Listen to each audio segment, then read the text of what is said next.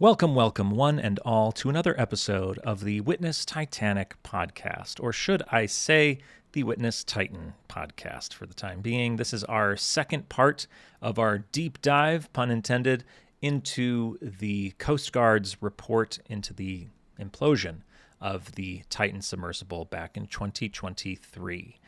I will say I am very excited for this episode, and I loved seeing the response from the last episode, but I am even more excited about getting back to talking about Titanic.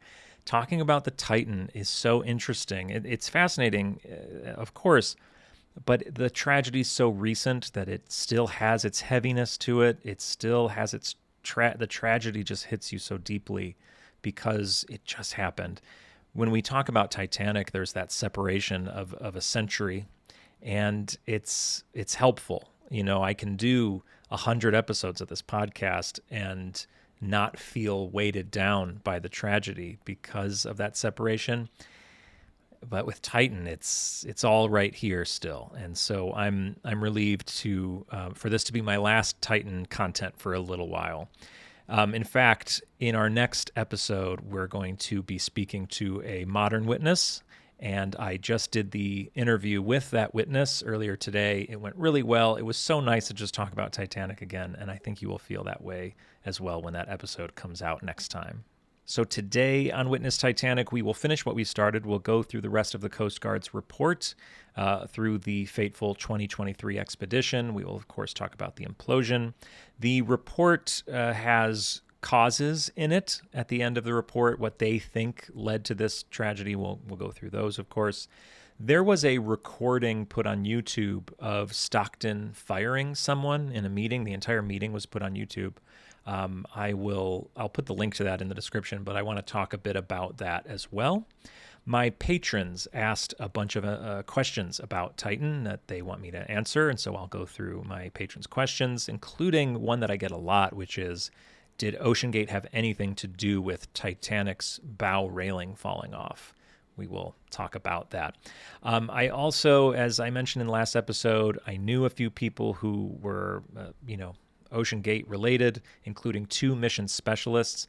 They were not asked to testify in the investigation, so their testimony is not out there, but I was able to talk to them a little bit, and while I'm not going to repeat their exact words or anything, I would like to instill a bit of their point of view for you as well.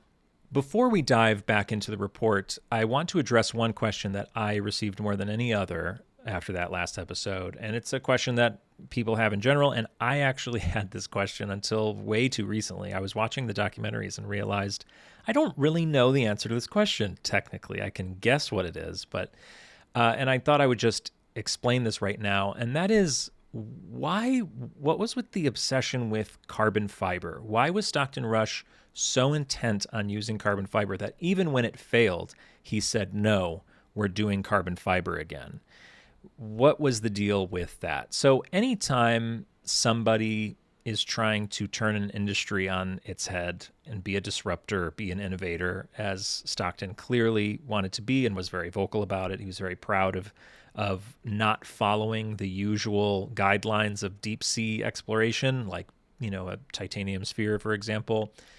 When people do that, the first answer is usually it's probably cheaper, and that is the case here. Carbon fiber is cheaper than titanium. You can make more of these subs than you could a big titanium one. Those would cost way more, and so this is just better for the company. But it allows them to make a different shape, and more people can fit inside, so you can have 5 people in the Titan as opposed to the usual 3 that would be in the submersibles that have gone down to Titanic. So just all around, it makes it more profitable. And this company, OceanGate, it was not about just going to Titanic. They wanted to scale this company up to have a fleet of Titans. They could have 10 Titans, each one at a different shipwreck on any given day with different passengers. This would be an incredible operation, and that just would not be possible with the cost and shapes of the usual submersible. But where carbon fiber really shines in this application is in its weight. It's much lighter than titanium, and of course that's nice, But the real benefit there is if you have a titanium sphere, a really heavy submersible, you might even need to design a mothership, a research vessel that can launch the sub and get it out of the water. I mean, recovery is a really intense process to do it safely for both the submarine and for the people on board. This is a big thing that you have to think about. If you have a carbon fiber sub that's much lighter, it's not so difficult. You might not need as many employees to do it. And so OceanGate developed this Lars platform, which they would sink on purpose, and then the Titan would just float away. And then the Titan would come back and set on the platform, and then they would unsink the platform, and there you go. That's how you recover the Titan. It's a sort of, I mean, as we will see, and as we have seen, it's not the best idea, but it's all made possible by the lightness of the carbon fiber. So all these things together explain why, along with a little bit of ego, it seems, why Stockton refused to give in to this. He obviously knew he should have been using a stronger material, but his whole company's concept, the whole purpose of what he was doing, was based around carbon fiber. If there's no carbon fiber, then the company is going to fail. So as a reminder to refresh your memories from our last episode, Titan was built in 2018. It was almost struck by lightning that year, and so the 2018 expedition was canceled. A loud bang was heard in 2019. They found a crack in the hull. The hull was scrapped, and so was the 2019 expedition. So 0 for 2. In 2020, COVID hit, and the scale model of the sub imploded at 3,000 meters, important to remember for later, and the 2020 expedition was scrapped as well. In 2021, the second and final Titan hull was built. They finally went on an expedition. On the first dive, the titanium dome sheared off because there weren't enough bolts in it, and that same summer, a co-pilot quit while on the ocean floor. In 2022, we had that accidental 27-hour dive, and that same summer, the Titan got stuck on the wreck somewhere around the break. And on that same dive, a popping noise was heard even on the surface. And it's important to mention, again, they did not get stuck inside the ship, of course, and this was not the last dive before the dive. That is something that people keep assuming, because I think it's just easier to understand, or it's more interesting if on the last successful dive, there were all these bad signs. The truth is, they did another dive and it went perfectly fine. So the last successful dive to Titanic seemed to go completely as expected. Following that expedition, Titan was stored for 7 months in a parking lot with no cover or maintenance. And then not to mention the 10 or so other terrible mishaps that I didn't even have time to cover in the last episode and won't have time to go into here. Just drop weights not dropping, other issues, people being fired for raising red flags. There's just so much to get into, and I'm trying my best to focus on the concrete technical side of what actually happened, and not as much about the behind the scenes. There's plenty out there if you're interested, and read the report if you want to know the full story. So all of these incidents, in my mind, kept OceanGate on the surface. You know, the tech going wrong forced them to stay on the surface. There were people begging them to stay on the surface. That scale model imploded at 3,000 meters. Stay on the surface. Even Mother Nature gets involved with that lightning strike, and as you'll see here, she will have her say in this episode as well. Everything is saying, keep this sub on the surface. Don't dive with this sub. But of course, they continue to dive, and their problems do not end here. Otherwise, this episode wouldn't be necessary. The first issue of this episode is money related. Just a few years ago, they announced that they were going to build 2 more subs. I don't actually think that they had the money for it. I think it was just something to cover what was actually going on, which was that the hull had cracked and they were going to have to build a whole new one. It's better to say that we're expanding than we are trying again. But now here we are in 2023, and we can say for sure that money is a little tight. Prior to the 2023 Titanic expedition, OceanGate employees were asked to temporarily forego their salaries with the promise of back pay. This is, of course, not a great sign, but the bigger question that you may be asking is, why would the staff not quit? I mean, there's so many signs that you guys really need to quit. Like, all this is going bad, but now we might not be able to pay you for a little bit. Why not quit? Well, in their defense, as a former actor and musician, I kind of still do it. I don't know. I don't really do it that much anymore. But I've spent a lot of my life performing and doing what I love, making money off of my passion. Well, in a lot of those contracts that I did, those shows and concerts, I was often asked to do my work for free. Or, hey, can we not pay you right now? Times are tight, but we promise. And in those moments, look, this is what I love to do. I almost feel bad asking for money in the first place. I worked really hard to be a part of this project. There's not a lot of projects like this. I want to be a part of something special. What am I supposed to do? Like, quit? This is what I've always wanted to do. So sure, you don't have to pay me. And that's how I kind of feel these OceanGate employees would have felt. Like, this is a special project. There's nothing else like this. This is what I've always wanted to do. Sure, you don't have to pay me for a little while. I'll be fine, and they kind of push things off. And of course, now we look back and we say, how could you possibly say yes? But I get it in the moment. There's also an issue with the mothership. So last episode, I kept saying mothership, but the ship was called the Horizon Arctic, and it was a ship that had a lot of space in the stern to store the Lars platform, and they had a way to launch the Lars into the water once they got to the Titanic wreck site. It was the perfect ship for what they needed. Well, in 2023, that ship wasn't available, and so they got a ship called the Polar Prince, and the Polar Prince did not have the same amenities as the Horizon Arctic. Due to the lack of deck space, launching appliances, and weight handling equipment, the Lars and Titan had to be towed behind the Polar Prince for the entirety of each 2023 Titanic mission. Yes, you heard that right. This was something, when I first heard about this, that was like a jaw on the floor kind of moment.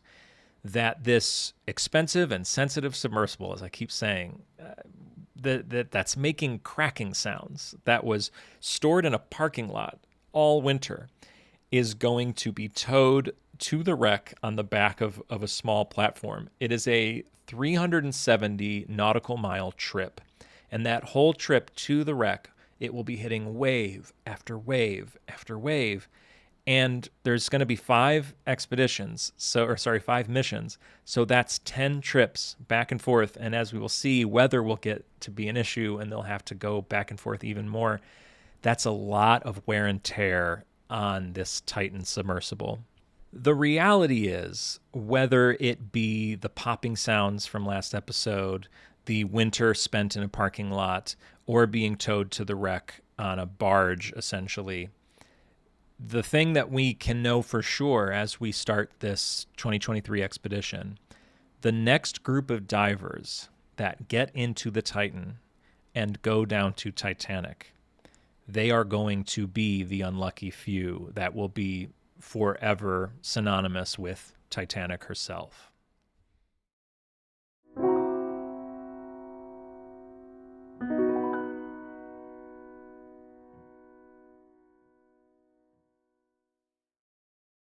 And so we've reached the 2023 expedition. So as the others were, it was advertised as 5 separate missions, each lasting approximately 8 to 10 days. Passengers were provided with the opportunity to act as mission specialists, essentially passengers whose training and fees supported the missions. The missions would depart from St. John's, Newfoundland. So Mission 1. Mission 1's super easy. There were no mission specialists on board. There were no dives logged for Mission 1. I don't know why necessarily, but Mission 1, sort of like a trial mission, test mission, probably a good thing, being that the Titan's been sitting in a parking lot. So Mission 2 began on May 20th, and this is where things already get a little interesting. So, a mission specialist who had paid $250,000 to participate stated that Mission 2 was initially set to begin at 7 a.m., but it was delayed due to issues with the Lars platform. Reflecting on the process of preparing the Titan for extended towing operations, the mission specialist remarked to investigators that getting Titan ready for towing was interesting. I had to bite my tongue a few times. People working shackles, handling heavy lines without gloves, loose items on deck, etc. I know this sled configuration is new and teething problems are expected, but I thought they would have sorted themselves out a bit better. There seemed to be a lack of direction. They're good people and I enjoy their company, but I've learned not to suggest improvements, as it often falls on deaf ears. Now, on May 22nd, 2023, Titan conducted its only dive for Mission 2, which was an unmanned descent to 8 meters, and that was dive 84. The same mission specialist wrote this while on that expedition. Not feeling confident I will get a Titanic dive before getting back to St. John's. Weather starting to impact pre-dive preps and Titan maintenance. While not much can be done about weather, I feel that some of the maintenance tasks on Titan could have been done sooner. I spent a couple of hours this morning on the Titan platform replacing some too short bolts.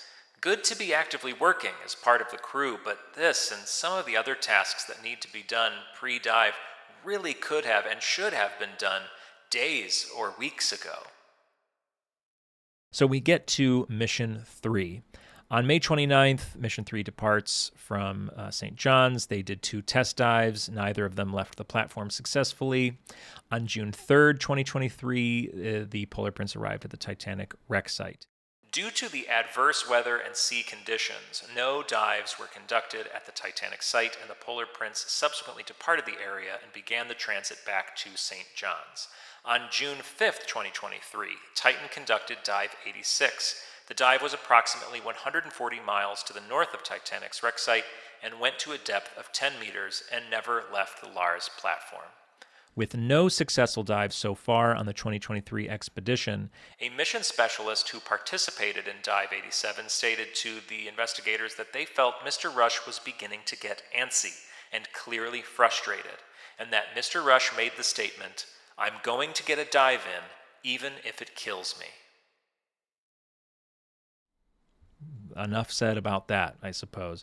These instances, these dives, all these people are getting on the Titan sub and it's descending underwater. The platform is descending.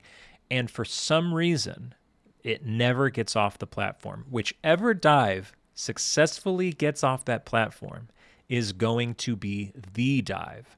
But for some reason, dives 82, 83, 84, 85, 86, 87, none of them are able to successfully disengage, or there's some sort of faulty issue with the sub, but they have to resurface.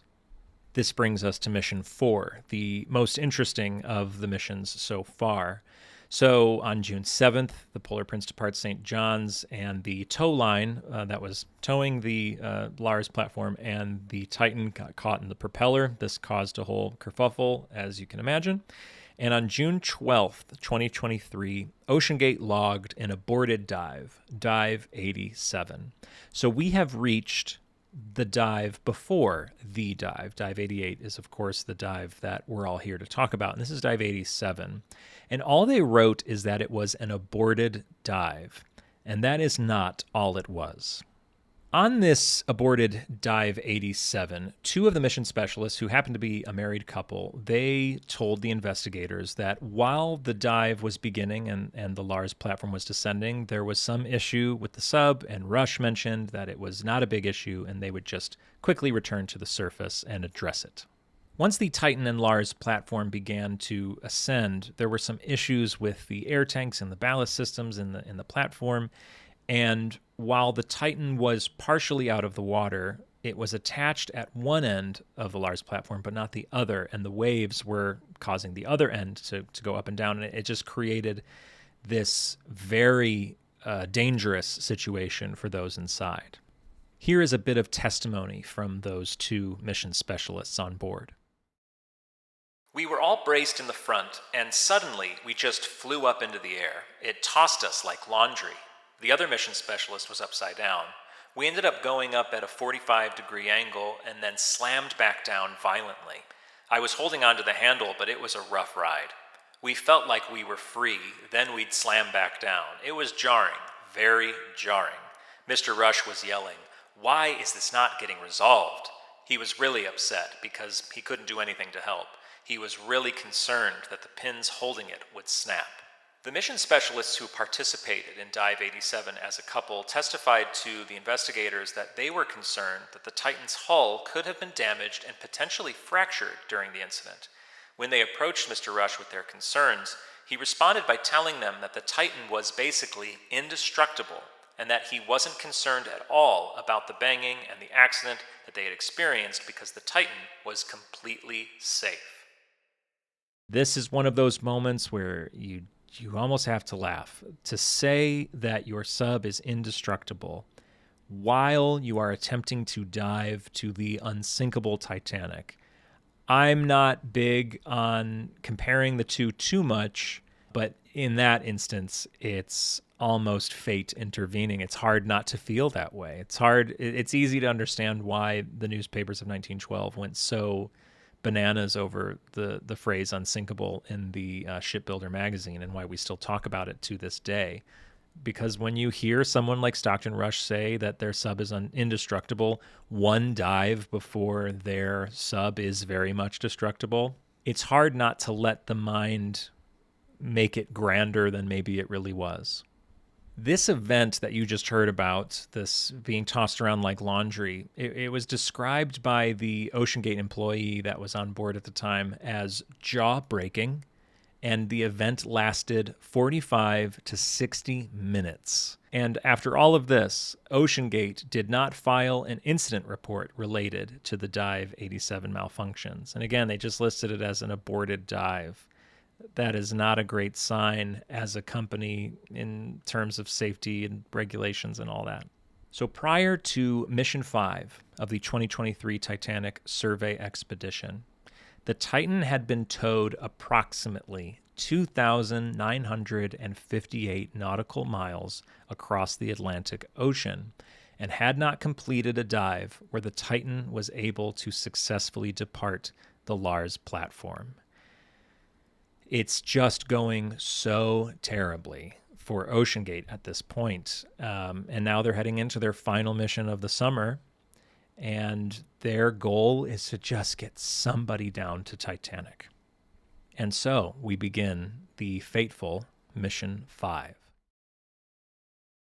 Mission 5 of the 2023 Titanic expedition departed on June 16, 2023 with 42 persons on board, 17 crew, 24 clients, and 1 non-designated person. 2 of the mission specialists paid $250,000 and the other paid $150,000 for one dive to the Titanic wreck site. The mission specialists' companions each paid $25,000 to accompany the mission specialists on the support vessel but did not take part in the Titan dive. So much to digest there. Their families were on board. I knew at least one was, but this report certainly suggests that there's at least 2, and potentially all 3 mission specialists had family on board. I'm not sure of the details there. I will now run through the final schedule of the final day of OceanGate expeditions. The mission specialists, I can't help but think about them waking up at a little bit before 4 a.m. and checking their little schedule on their nightstand to see that this was their day ahead. 4 a.m., breakfast. 4:30, dive pre-checks. 5:30, final dive brief. 5:45, dive team load. 6, dive. 1600, surface. 1800, dinner. On June 18, 2023, at 5:15 a.m., the Polar Prince arrived in the vicinity of the Titanic wreck site location. At 5:48 a.m., preparations began for Dive 88, with OceanGate personnel and contractors being launched from the Polar Prince via small boat to prepare the Lars and Titan for the dive. At 7:35 a.m., the small boat was loaded with the Dive 88 crew to transport them to the platform. The crew for Dive 88 included the OceanGate CEO as the pilot, a Titanic content expert, Mission Specialist number 1, Mission Specialist number 2, and Mission Specialist number 3.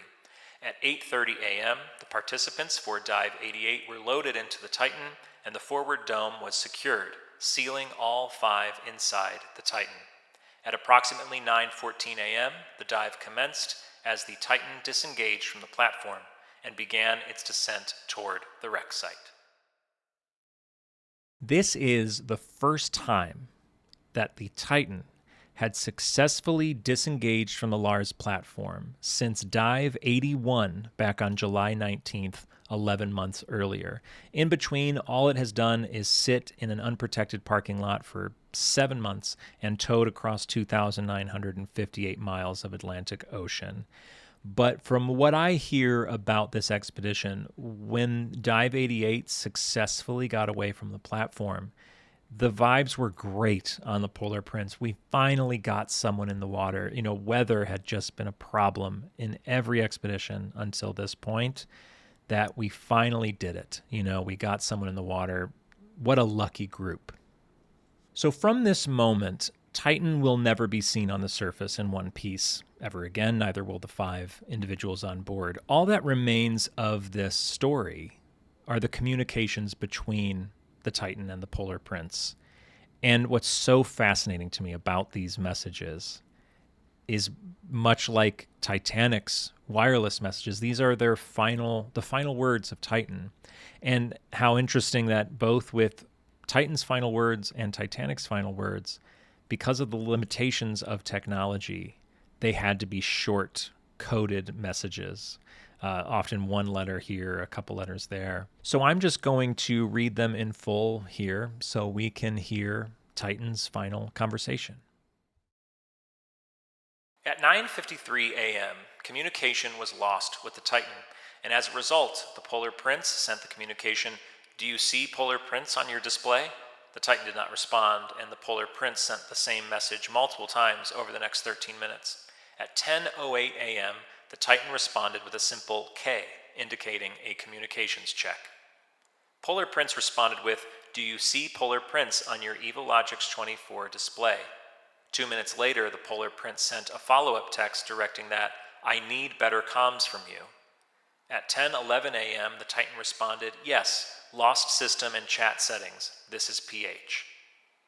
At 10:23 a.m., the support vessel and Titan, at a depth of 2,833 meters, exchanged messages regarding the submersible's position relative to the bow of the Titanic. As the Titan approached the ocean floor, it followed standard procedure by releasing ballast weights to slow its descent. At 10:47 a.m., at a depth of 3,341 meters, the Titan messaged the Polar Prince, reporting, "Dropped 2 weights." 6 seconds later, at 10:47 a.m., at a depth of 3,346 meters, the Titan sent an automated transmission that recorded its final location at 4144 north, 4956 west. At approximately 10:47 a.m., the Titan suffered a catastrophic implosion. Following the implosion, the 5 individuals aboard were exposed to approximately 4,930 pounds per square inch of water pressure, resulting in the instantaneous death of all 5 occupants. 2 seconds later, the Titan communications and tracking team on the Polar Prince heard a bang emanating from the ocean's surface, which the investigation later correlated to the Titan's implosion. After that, all communications and tracking with the Titan were lost. The captain of the Polar Prince told the investigators, "With the benefit of hindsight, I now believe I felt the Polar Prince shudder at around the time communications were reportedly lost. But at the time, we thought nothing of it. It was slight." If you are an avid listener of the Witness Titanic podcast, I do not have to highlight to you the unbearable familiarity that we have with sentences like, "We thought nothing of it. It was slight." Titan was expected to surface at approximately 3 p.m. When the Titan did not surface, OceanGate followed their HSE procedure, and the Polar Prince began a grid pattern surface search. The grid pattern search resulted in negative sightings. The Polar Prince notified the Canadian Coast Guard of the Titan in distress at 7:10 p.m. Ultimately, 11 vessels and 4 aircraft searched 12,145 square nautical miles of ocean for possible survivors and debris. On June 22, 2023, at approximately 9:40 a.m., the Pelagic Research Service's Odysseus 6,000-meter remotely operated vehicle, deployed from the Horizon Arctic, discovered the aft tail cone and other debris of the Titan on the seafloor. This discovery confirmed the catastrophic loss of the submersible Titan and the death of all 5 persons aboard. How fascinating that the vessel which deployed the 6,000-meter ROV that found Titan was the Horizon Arctic, the same ship that was unavailable this summer. That may have its absence may have contributed to this disaster, and potentially in a pretty small way, I would imagine. And so that's sort of the entire story in the eyes of the Coast Guard. But these reports aren't just so people know what happened. They're also to find the causes of things and to suggest their solutions. So something like this won't happen in the future. It's the exact same thing that the Senate and the Wreck Commissioners Court did back in 1912 for Titanic. They found causes, they suggested lifeboat and safety regulations being updated and such. These are the causes. It's a very long section of causes. I've actually boiled it down to very small descriptions of what each point was. But these are the 8 causes that the Coast Guard puts on this tragedy. They say the primary causal factors that directly contributed to the casualty include 1. Design and testing procedures not adequate. 2. OceanGate did not test to know the expected cycle life of Titan's hull. So they knew that they could maybe go down to 4,000 meters, but how many times could they do it before an implosion? 3. Excessive reliance on a real-time monitoring system. More on that in a second. 4. Continued use of the Titan after a series of incidents that compromised the integrity of the hull without properly assessing or inspecting the hull. 5. The carbon fiber hull design and construction introduced flaws. 6. No detailed investigations after the Titan experienced mishaps. 7. A toxic workplace environment that dissuaded employees and contractors from expressing safety concerns. 8. No maintenance or protection for the winter into 2023. Now, of those 8 causes that the Coast Guard found, we covered quite a few of them, essentially, in these 2 episodes. One that we didn't touch on much was number 7, the toxic workplace environment. I just don't have the time to go. I would need a whole nother episode to just talk about all the firings that happened at very inopportune times, all the times that they kind of skirted around regulations to make things happen. But I do want to touch on a couple really big ones that I found in the report that I thought was worth mentioning. OceanGate falsely declared the Titan submersible's gross tonnage to be 26 GRT in order to ensure that Mr. Rush had the requisite sea time on a sufficiently sized vessel to obtain his credentials. So Stockton, who was the pilot at the time of the tragedy, technically shouldn't have had his master's credentials anyway, so he had no right to be a pilot in the first place. Not great. Here's another one. OceanGate said they had contracts at Oceaneering and Phoenix International that could provide emergency ROV equipment. The investigators confirmed with Oceaneering and Phoenix International that OceanGate did not notify them of their plans for the 2023 Titanic expedition, and that there were no contracts in place to have emergency deep-sea rescue resources on standby for OceanGate. So they're just telling people that they have contracts for safety purposes, but they really don't. Here's another. The inclusion of a retired United States Coast Guard admiral to help ensure their regulatory compliance was disingenuous, as the retired admiral confirmed during an interview that he had no marine safety background or experience when he was added to the board. And while we're talking about disingenuous practices by OceanGate, I want to add one of my own. This is not from the report. This is just something that stuck out to me, strikes me as a little bit unfair to those who boarded the second Titan hull. They had no knowledge that it was, in fact, the second Titan hull. Every mission specialist that boarded the Titan for those 3 years of expeditions thought that they were on the original Titan, the successful Titan that's doing so well. None of them knew that they were actually on the second try because the first one cracked. And if you don't think that's terrible, and maybe, well, it's not that they lied about that, they just didn't mention it. They don't have to mention that. Well, let's not forget that the first dive of the second Titan was called Dive 51, which would suggest that there were 50 good dives before it when there just weren't. So the people who were on Dive 88 and lost their lives on Dive 88, they were actually on Dive 38. And I do think that's a big difference. And of course, this begs the question, how much of the sub would you have to change before you really should call it Dive 1 again? Because technically the end caps were the same. I'm sure all the monitors and the wiring, and I'm sure they reused everything. So the only thing that was different from Dive 50 to Dive 51 was the hull. But the hull, to me, is the sub.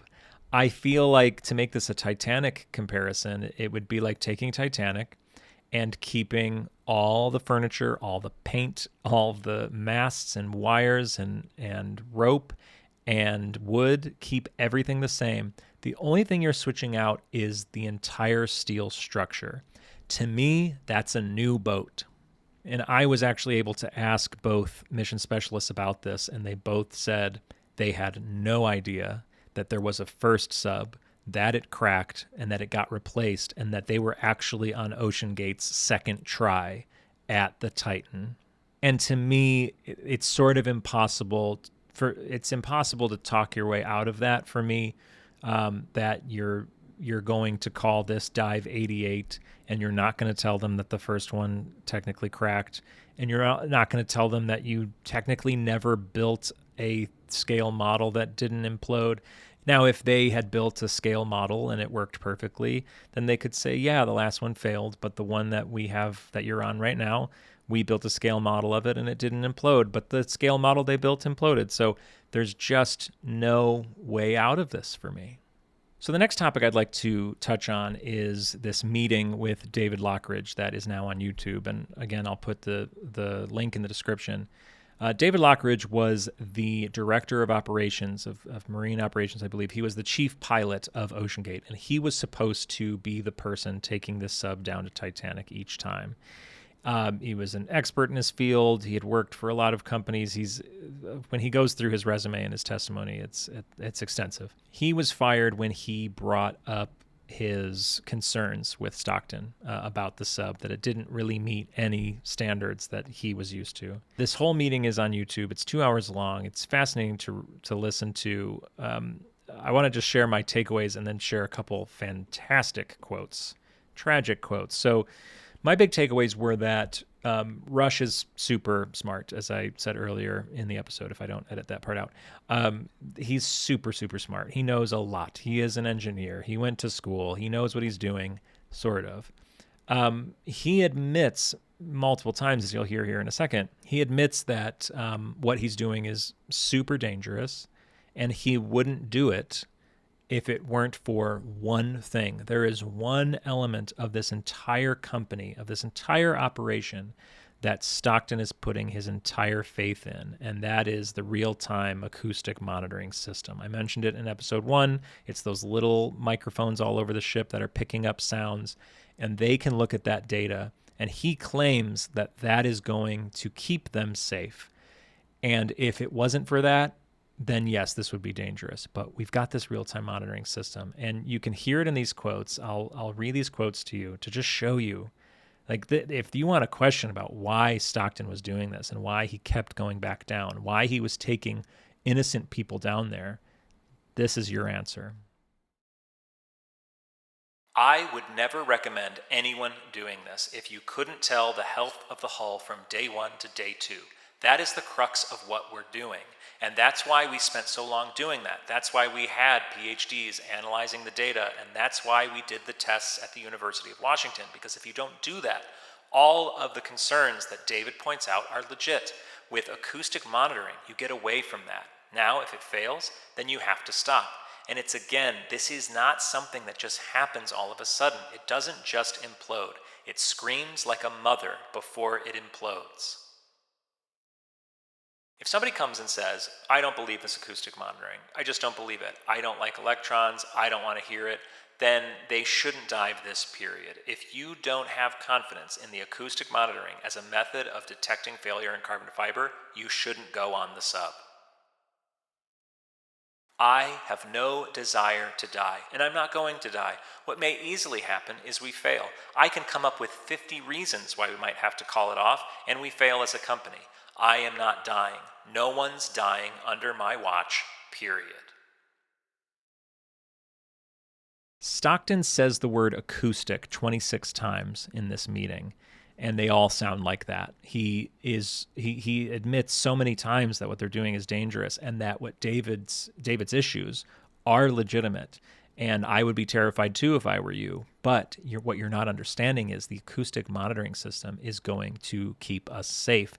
And what's maddening most of all about all of this is he was kind of right. The RTM system, the real-time monitoring system, was showing signs that the same signs that he was telling people that it would. But the U.S. Coast Guard points out that this was ignored. OceanGate failed to interpret the RTM data from events that they knew were problematic from the 2022 operating season. OceanGate possessed the raw data to clearly demonstrate that the Titan's hull behavior had changed significantly after Dive 80. The alarming increase in Titan acoustic emissions between Titanic Expeditions 2021 and 2022 were captured and readily apparent in Titan's master dive log. Thus, a high level of engineering expertise was not required to identify the alarming trend that was developing. Incredible. There's Rush, and he's standing there, and he's got the RTM warnings in his hand, and he's ordering more dives. And so what comes of all this? Now, the report has a bunch of things that they recommend. It's very dense and not something that I understand, but they're in the industry, they know what they're talking about, and they have things that will help this process from happening in the future. Essentially, people won't be able to just build their own subs and take innocent people down. But what they do say in regards to Rush and a punishment for him is the following. The investigators concluded that Mr. Rush, in his dual role as CEO and as the acting master or pilot of the Titan submersible, exhibited negligence that contributed to the deaths of 4 individuals. As both a corporate executive responsible for the vessel's operation and its master during the casualty, Mr. Rush may have been subject to criminal liability. And that's all we get. Rush did not survive this incident, so he won't ever be punished. I am of the belief that there are people involved in OceanGate, the higher up OceanGate people, that maybe should be punished in some way. If anybody had any idea about any of this, I mean, the fact that they were ignoring the one thing that Stockton always said would tell them. He said that the Titan would be screaming like a mother, and she was. Titan was.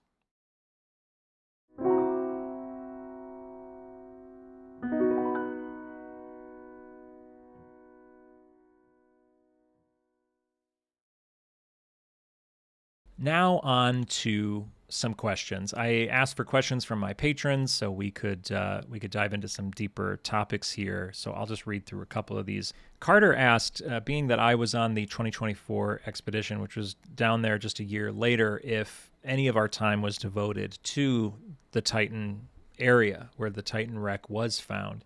And just flat out, no, we very purposely never went over there. In fact, from what I understood, if we did go over where the Titan wreckage was and where some of it I assume is still there, little pieces that they weren't going to recover, I think we would have had to have jumped through some other hoops, and then the investigators would have wanted to know what we saw. So I think the 2024 expedition aimed to keep our distance from anything, but we did put down a plaque for PH, quite far from the wreck site, but near this rock that PH apparently used to use as like a navigating as a landmark to get to the wreck. So that was really special, and the whole expedition was really in honor of PH and the others on board. So it was a nice experience. It was very connected with Expedition 2023, but no, we did not go over to where the implosion took place. Miranda asks the big question, could they have caused the railing to fall off and just never told anybody? And this is just a question I do get a lot, that, when we were on the 2024 expedition, we found the railing had fallen. It is now laying on the ocean floor near the bow. And it just seems abnormal for that to happen.